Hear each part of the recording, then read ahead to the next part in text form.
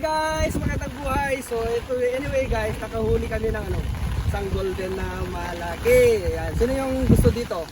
Ayan, bilhin nyo na sa amin. 1.5 lang pwede na. Hindi, joke lang sis.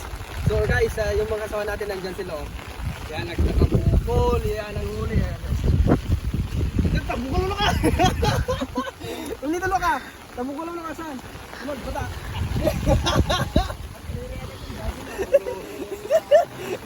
Bulo sa karta, tabukol mo lahat! So ayan guys, so ang laki guys.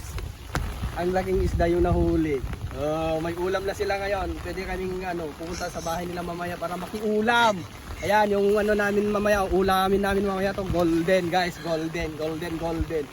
Ayan.